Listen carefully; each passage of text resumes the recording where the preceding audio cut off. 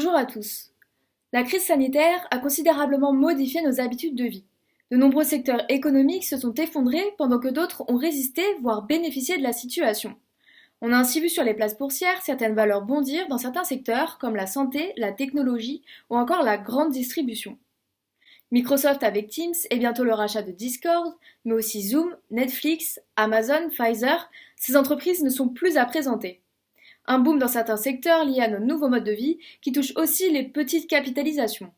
Beaucoup de valeurs moins connues ont en effet aussi profité de l'effet Covid. Par exemple, sur les sociétés biotech cotées sur Euronext Gros, trois se sont particulièrement distinguées. Il s'agit de Novacite, Biocinex et Biofitis. Pour les secteurs Internet, The Blockchain Group, groupe LDLC et Artefact. Et aussi pour l'environnement et l'énergie, Amoeba, Carbios et Vernet. Aujourd'hui, une question se pose, est-ce que l'ensemble des entreprises qui ont bénéficié de l'effet Covid vont s'installer durablement dans le paysage? Prenons un secteur en particulier, celui de la livraison de repas à domicile. La fermeture des restaurants a eu un effet considérable sur les valeurs cotées en bourse, la demande est montée en flèche et cela s'est ressenti dans les comptes des entreprises. Ici aussi, les mastodontes ont profité de la situation, c'est le cas de Uber Eats, DoorDash, Just Eat Takeaway, Delivery Hero, Deliveroo.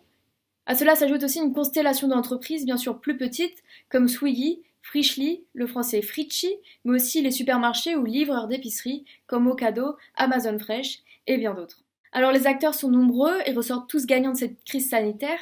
C'est d'ailleurs ce qui pousse certains à voir plus grand, comme Deliveroo qui s'est introduit en bourse récemment pour répondre à la pression croissante de ses concurrents. Mais alors cela ne s'est pas passé comme prévu, l'action se traitait nettement en dessous de son prix d'introduction en bourse pour son premier jour de cotation. Le groupe britannique de livraison de repas a fixé le prix de son introduction à 390 pence par action, soit la fourchette basse de ses prévisions, ce qui équivaut à une valorisation de 7,6 milliards de livres. Alors concrètement, l'entreprise a réalisé l'une des pires performances enregistrées depuis des années par une grande entreprise lors de sa mise sur le marché.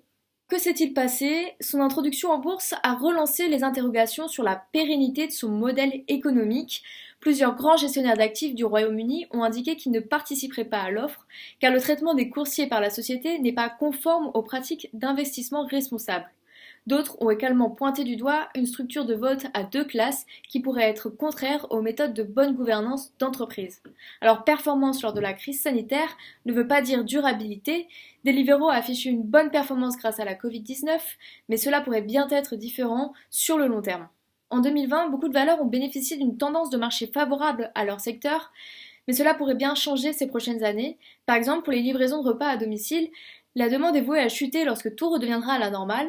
Il faut donc penser aux secteurs qui vont perdurer dans le temps, mais pas que. La crise sanitaire a aussi relevé un autre point, l'importance de l'extra-financier. C'est un gage de performance pour le long terme, et ça, les investisseurs l'ont bien compris. Aujourd'hui, le financier est corrélé à l'extra-financier, l'un ne marche pas sans l'autre, et les valeurs Covid n'y échapperont pas. On en reparlera sûrement d'ailleurs. En attendant, je vous souhaite une bonne journée, et je vous dis à très bientôt.